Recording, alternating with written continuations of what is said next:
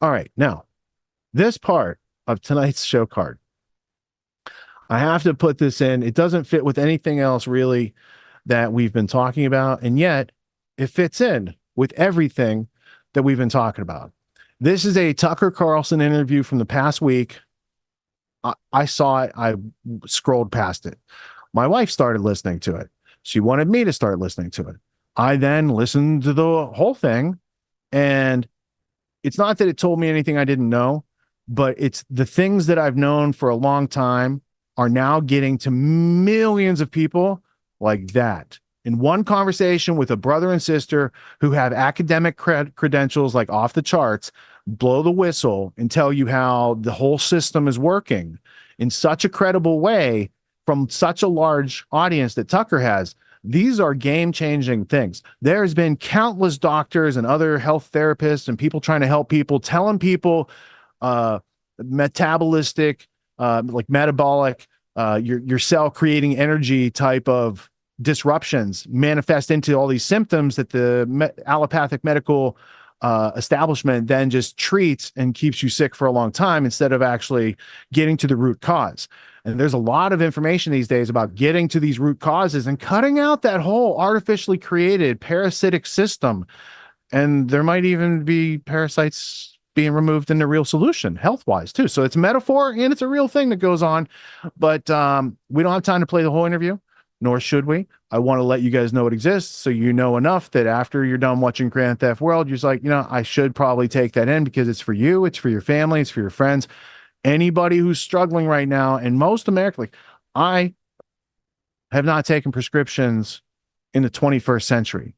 So I'm not all pharmaceuticaled up all the time from going to the doctor and all the tests. I don't do that stuff. I keep a good mindset. I put healthy food in me.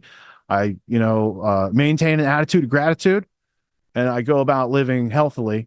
Again, I don't like to tempt nature. I'm not necessarily superstitious, but I do leave room open to the things I don't understand yet. So knock on wood when you say stuff like that, where I come from, at least. That's how I was brought up. So as we enter into this, there's a lot of valuable insights that you might not have been exposed to. So I do really encourage, set aside 2 hours this week.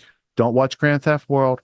Watch the Tucker interview. This replay will be here. You can stop right now and go watch the whole thing. Come back.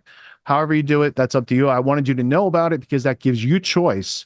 And the people who are trying to keep us all sick and incapacitated and fucking demoralized, they know about this stuff. They do better for their own families. Now it's time for us to do better for our families.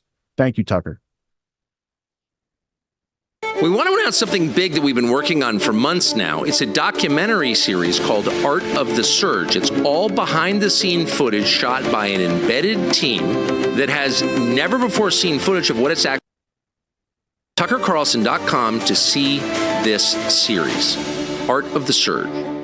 Meantime, here's our latest episode with Callie and Casey Means.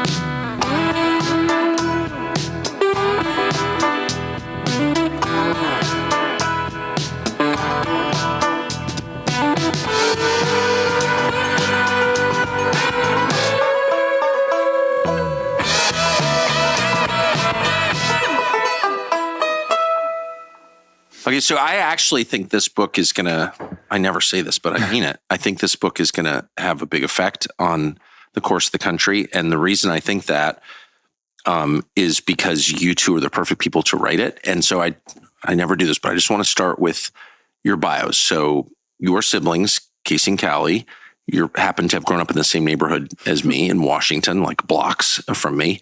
So I know the world that you're from. You're writing about food, nutrition, the regulatory bodies that are poisoning the country. You are a lobbyist and you are a Stanford-educated physician.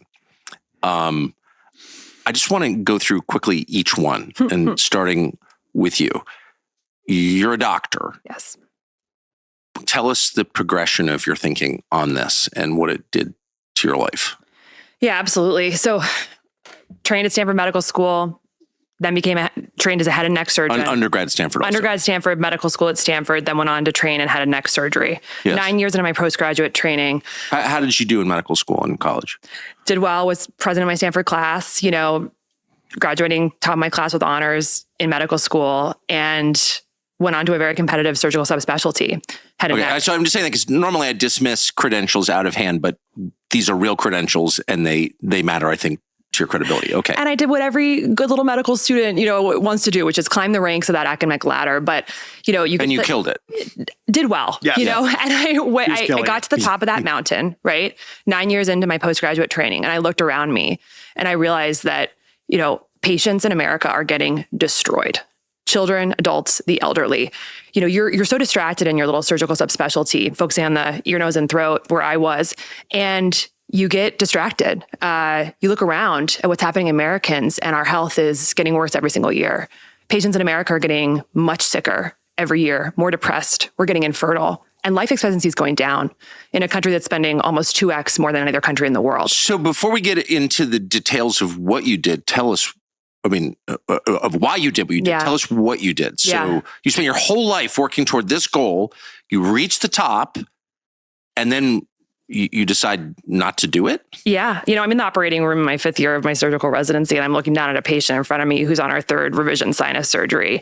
And, I know how to diagnose her. I know how to write the prescriptions. I know how to do the surgery. But what I kind of realized in that moment was I have no idea why this patient's actually sick. She has so many other health issues, prediabetes, arthritis. She's got some brain fog. She's got obesity, and she's got this sinus issue. And in my training, I was never, ever, ever taught to look at the whole patient, to look at how all these things are connected.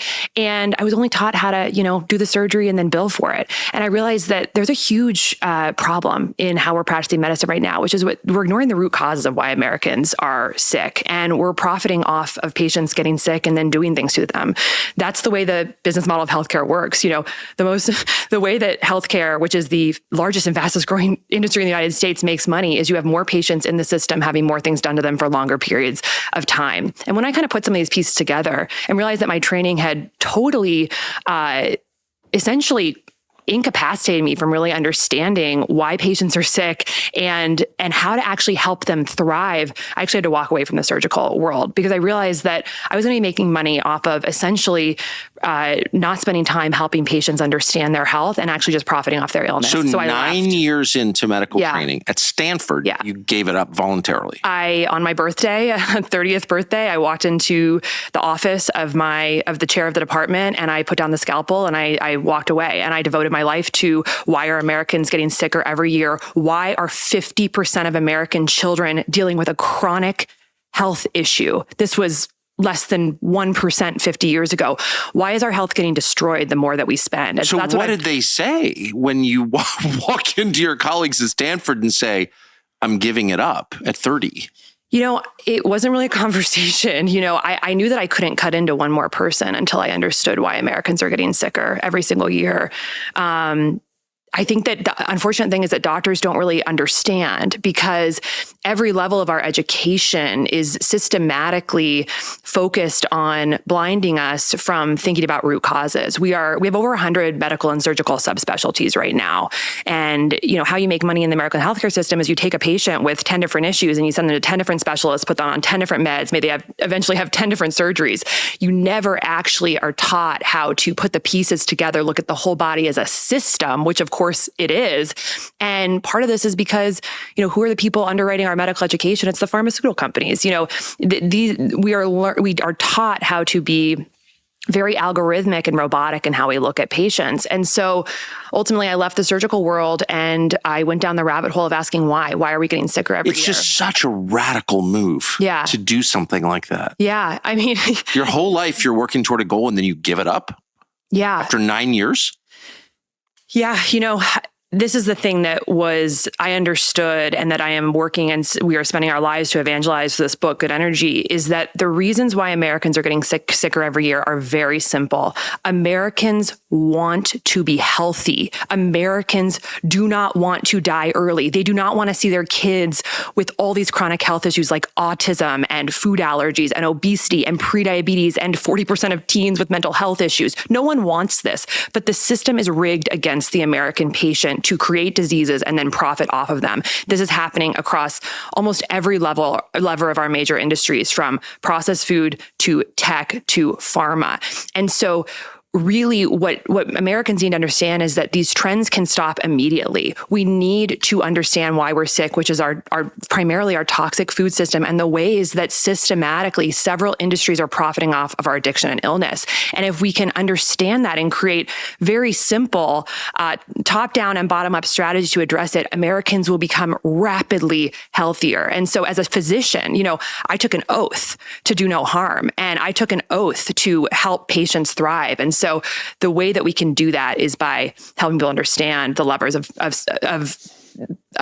corruption that are essentially keeping us sick. I guess the reason I'm pressing you, and you're the sort of person, this is a compliment clear, doesn't want to talk about herself, which is great.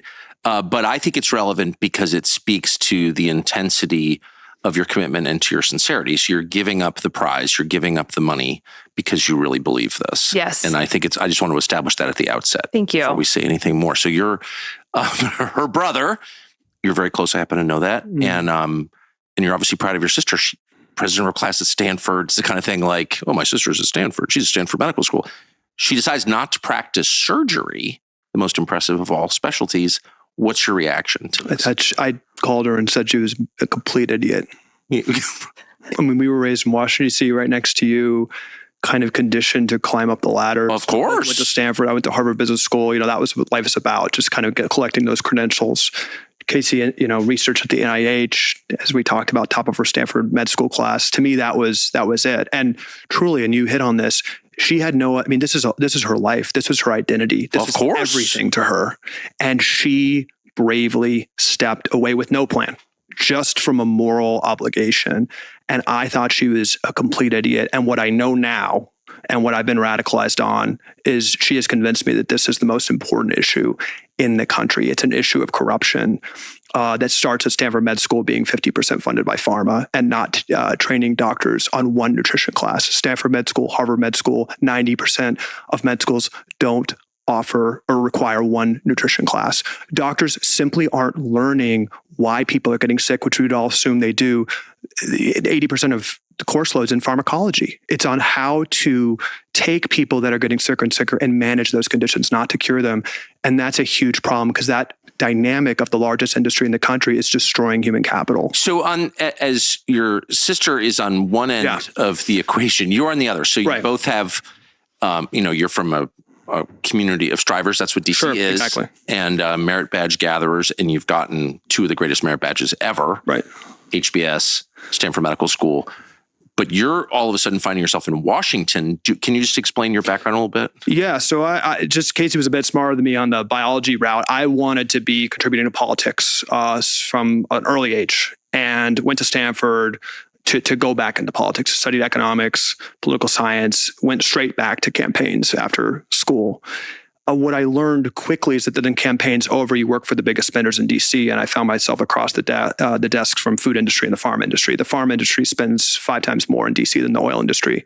By far the biggest spender. Bipartisan, you're working for pharma. But starting with food, I learned early on that the food industry, and this is my construct, the food industry and the processed food industry was created by the cigarette industry. And I think this is very telling. It's something I learned. So in the 1990s, the 2 largest food companies in the world were R.J. Reynolds and Philip Morris. What happened is when the Surgeon General way too late in the 1980s said cigarettes were maybe problematic, these were some of the largest companies in the world with the largest cash piles of any company in the world. So what they did is they used their cash piles to buy food companies. We think about the 80s as the Wall Street era M&A, a lot of deals. The 2 biggest M&A deals up until 1990 in world history were cigarette companies buying food companies. So you had in the 90s, these 2 cigarette companies very strategically do 2 things. They shifted their thousands of scientists who were experts at making cigarettes addictive to the food department. So we had the rise of ultra-processed food where our food now is a science experiment.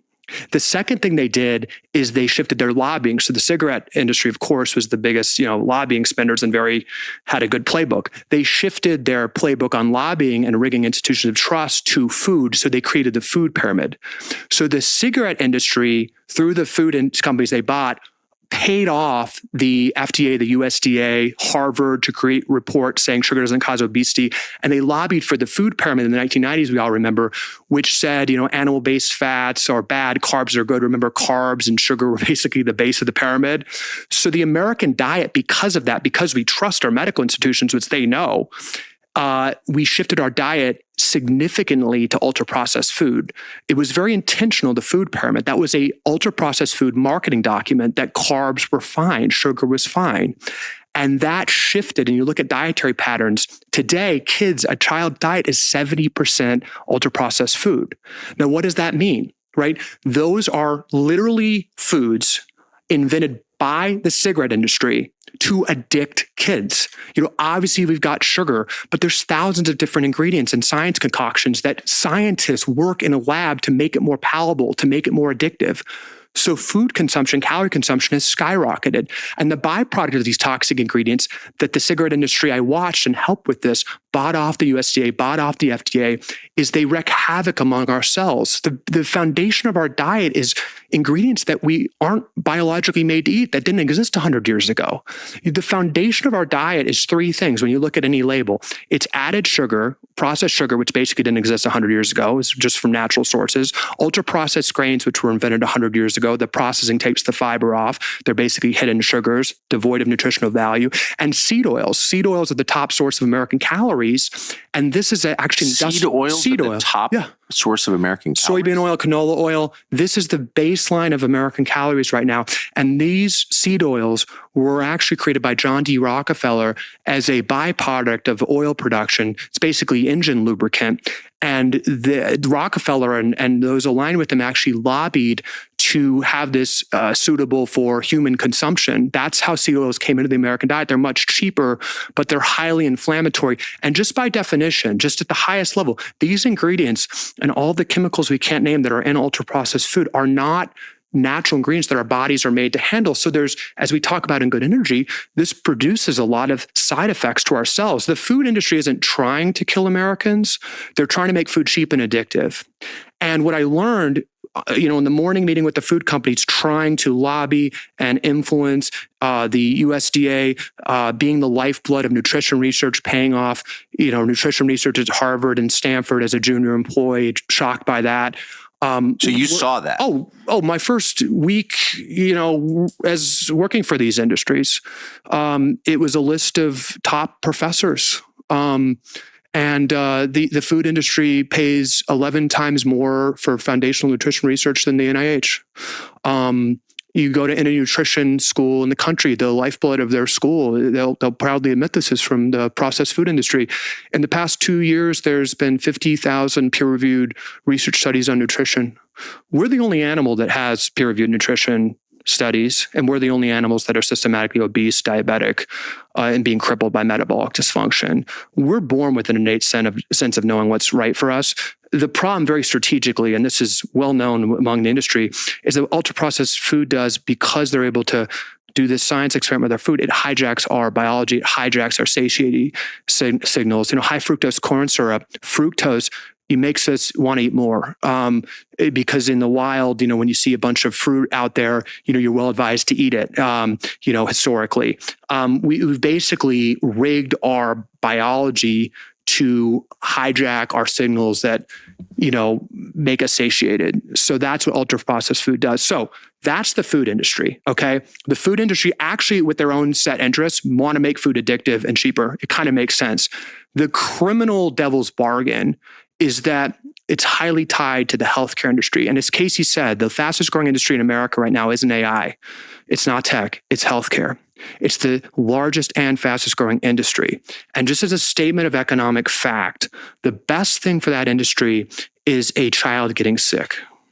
When a child gets sick, or any American gets sick with a chronic condition, with diabetes, obesity, kidney disease, heart disease, whatever, they go on a lifetime medication. They go on the metformin, they go on the statin, they have lifetime treatments. And they keep racking up more comorbidities. If you're diabetic, you have an average of 4 other comorbidities. So you keep racking up, but you don't die, you just suffer. You inevitably get infertility, depression. You start racking them up.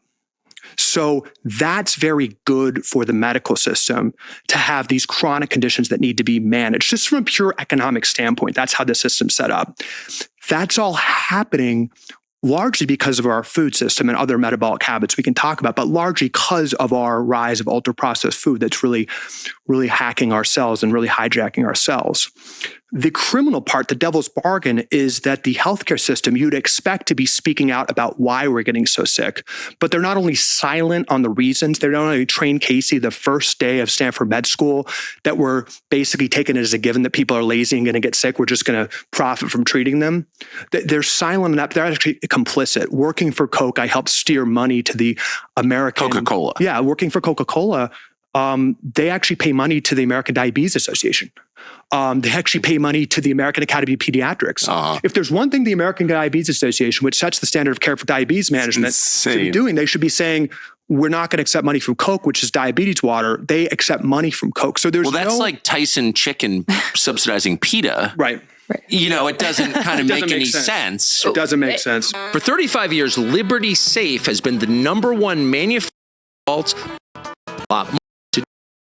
We sent Coca-Cola.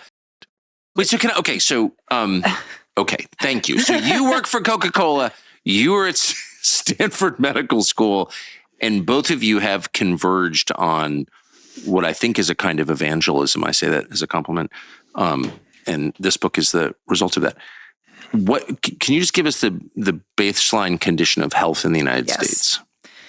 Absolutely. So the word I used earlier, destroyed, is not hyperbolic in any way, shape, or form. 74% of American adults now are overweight or obese. Close to 50% of children are overweight or obese. 120 years ago, when someone was obese, there were case reports written about it. Yes. Literally, there were people in the circus if you had obesity. Sideshow fat. Yeah, it was so unusual. It was so unusual. It is now 74% of our country. 77% of young adults are unfit to serve in the military because of these issues like obesity. Now let's talk about diabetes. 50%. A full 50% of American adults have prediabetes or type 2 diabetes, which is a fundamental issue in how our cells... Half the country, Tucker, have prediabetes or type 2 diabetes, and 30% of teens now have prediabetes. This was a condition that no pediatrician would have seen in their lifetime 50 years ago. 1% of Americans in 1950 had type 2 diabetes. We have 18% of teens with fatty liver disease, a disease that used to be in late stage alcoholics. Cancer rates are skyrocketing in the young and the elderly.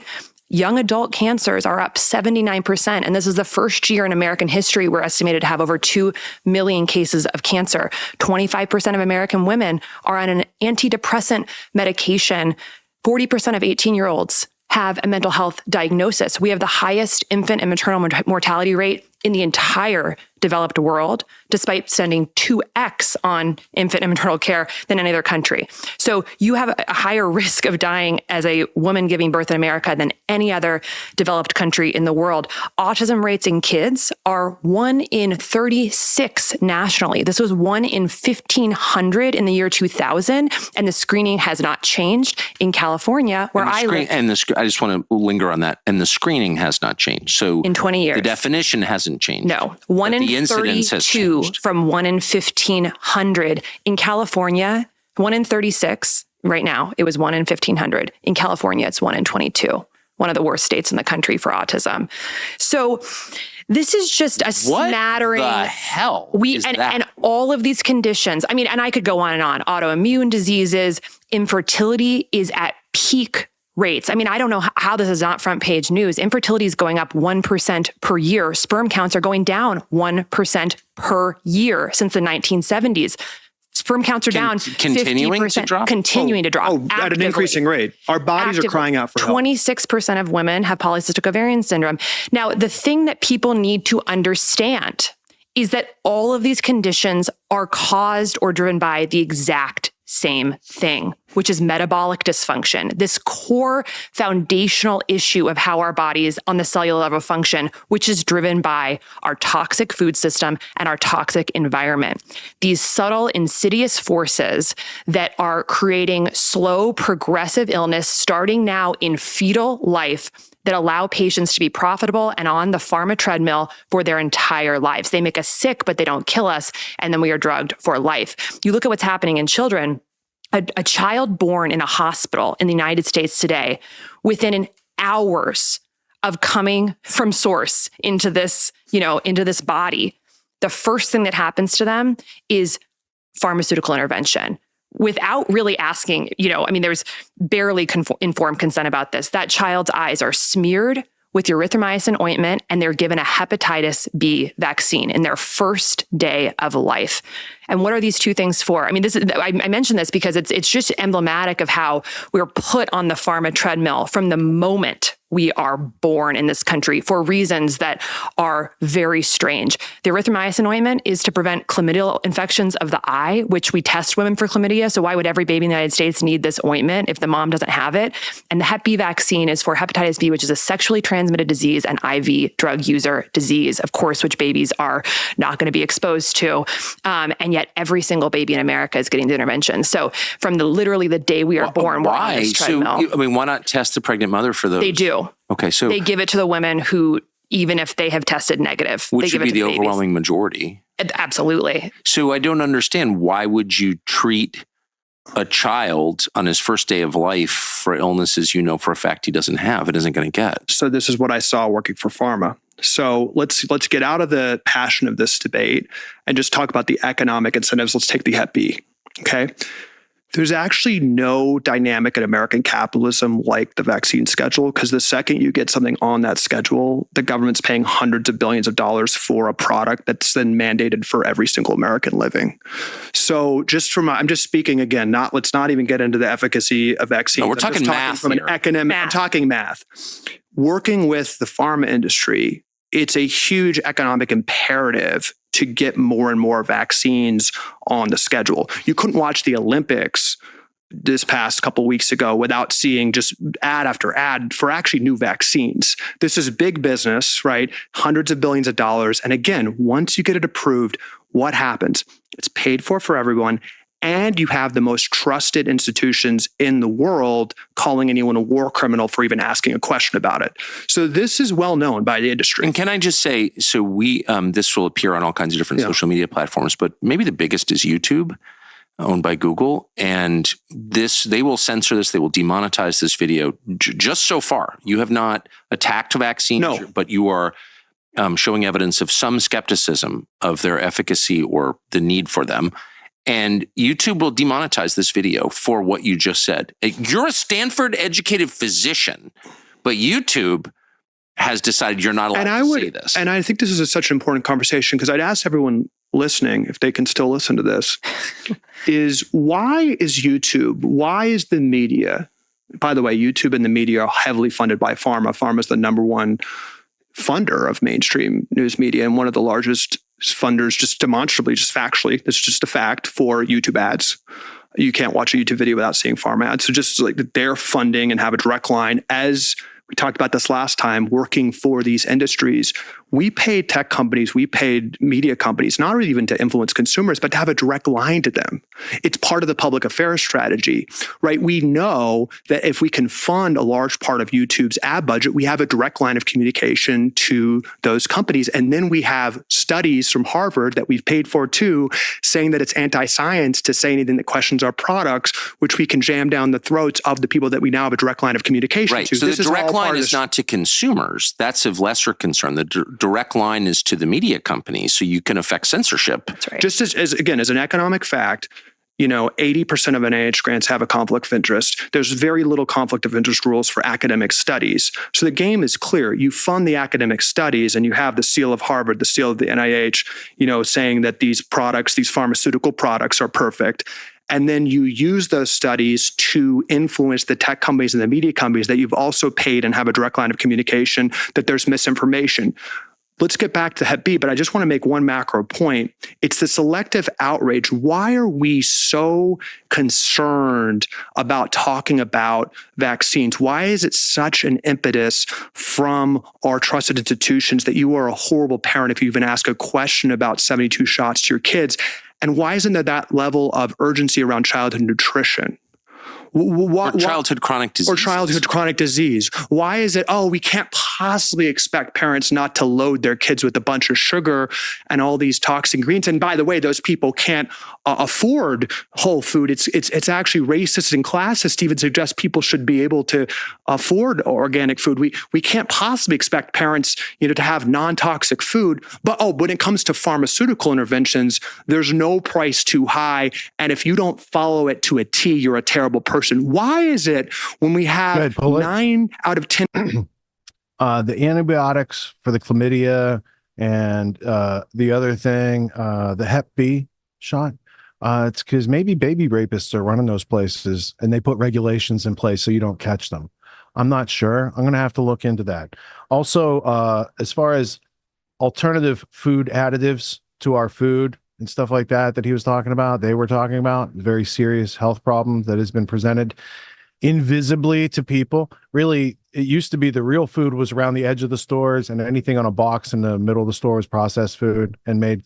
But my point would be, you guys are all familiar with Christmas Vacation and Clark Griswold. What was Clark Griswold's job? He made artificial food additives, such as what? We just made a new shellac to keep the cornflakes from getting soggy or whatever. And then he used it to ice up his sled and went on that incredible ride. That food shellac that they were making up hypothetically is like a real thing. And they put those in all sorts of our foods ever since like World War II. There's a lot of changes in our food supply, our education, all these sort of things. I'm sure it has nothing to do with the British, UK, American agreement to share intelligence and to have a special relationship and all these other things that we normally wouldn't do with a former blood enemy. But all of a sudden we did after World War II. I'm sure there's nothing to be learned there. I also, in that Tate Candace clip, there's a part in there, I don't know if there's an AI transcript of it. She talks about 1848 migration of people from Europe to the United States that set up Pfizer and kind of started this cartel of pharmaceuticals that we were just on the trail of. And there's some evidence in that interview. So I want to cut back to that at some point. But kudos to both that brother and sister for not being afraid of what people are going to think after you invest a lot of time and money into something that's going to make a lucrative career that a lot of other people would envy. When you try to do the right thing and preserve your integrity and step away from that, a lot of people aren't going to understand. And working a long time to achieve something and then having to give it up to do the right thing is a hard thing to do. I did that about 20 years ago. I can recognize the courage and bravery in those two. And they are very fortunate to have an audience with Tucker Carlson who gives them a big megaphone. Because back in the day, they were talking about those tobacco companies and how they built up the food companies. Well, one of those tobacco companies was Brown and Williamson, and the famous whistleblower Jeffrey Wigand went to the same investigative journalist Lowell Bergman that I went to, only you guys don't know our names. So Tucker Carlson, good job for giving those whistleblowers a podium at your substantial platform where, it's a bigger podcast audience than the Joe Rogan experience. Hopefully they'll do 3 hours on Joe Rogan and tell us even more. I encourage you to watch the rest of that interview. And was that news to either you or Lawrence, Scott? I mean, yeah, that particular interview had slipped past my radar, but that was really cool, man. That was really cool to see. And it's like, I don't know, there's this something bubbling to the surface, man. Like, I feel like a lot of this information is breaking through, whereas like pre-COVID, that would never, like Tucker would never, that couldn't break through. Like, you know what I mean? Like, I think it's really encouraging to see. I didn't know about the food industry being bought out by the cigarette industry. I'm definitely going to look into that. Maybe do a little expose on my show. But they nailed a lot of the points. That's really one of the main red pills that really helps people get some perspective on the whole childhood vaccine schedule. And I think now that the COVID shots have been added to the vaccine schedule, it's up to like over 90, because it's like one a year, like for till they're 18. So that's another 18 to the 72. So that's like 90 shots now. But it's like, it's insane. But when you look at the Hep B one in particular, and you show them like the ingredients on the CDC website on the excipient list, it's like, okay, well, can you explain any rationale for this, please? Sexual contact with adults. Yeah, exactly. And then yeah, exactly. Now, I was going to ask you, have you heard or seen the previews for that new movie coming out called Protocol 7? Have you seen that at all? No, I don't think so. No, check it out. So it's a Andrew Wakefield. It's his new project, and it's Oh, right on. it's a fictional movie, but it's not like a Hollywood big theater release. I think they're doing a limited release, and you can take it and rent out a theater and do your own screening of it type of deal. But it's a legit looking movie. I definitely recommend watching the trailer. I don't know if you want, I can pull up a trailer for it, but it's really cool, and it looks like it's like a legal case involving the MMR vaccine and whistleblowers. And it looks really cool. So a little courtroom drama about exposing the corruption behind the MMR vaccine. So it looks pretty cool. Protocol 7. Twice a year, I teach a course called Autonomy. It's a 12-week course. It teaches leadership, entrepreneur skills, executive skills, all these types of things that I saw were taken out of our education system in order to make the schooling or indoctrination system that we've all probably went through. And it has served us well enough to be interchangeable cogs in the machine of the globalists. But if we want a homestead, if we want write our own ticket, work from home job, work from anywhere type of situation, they're not exactly handing those out at the end of college. They give you a piece of paper and they're like, good luck. So reality is dropping us off here, but the demands of reality are up here. So I created Autonomy to help people close that gap for themselves so they can level up their skills to the demands of the situations that life is putting in front of us presently. Life's demands of intellect and understanding precision and complexity are ever increasing. The schooling didn't prepare us for it. The media is not going to do anything but reinforce what schooling prepared us for. And so we're going to have to take a leadership position and take steps off the beaten path to kind of blaze our own trail in life.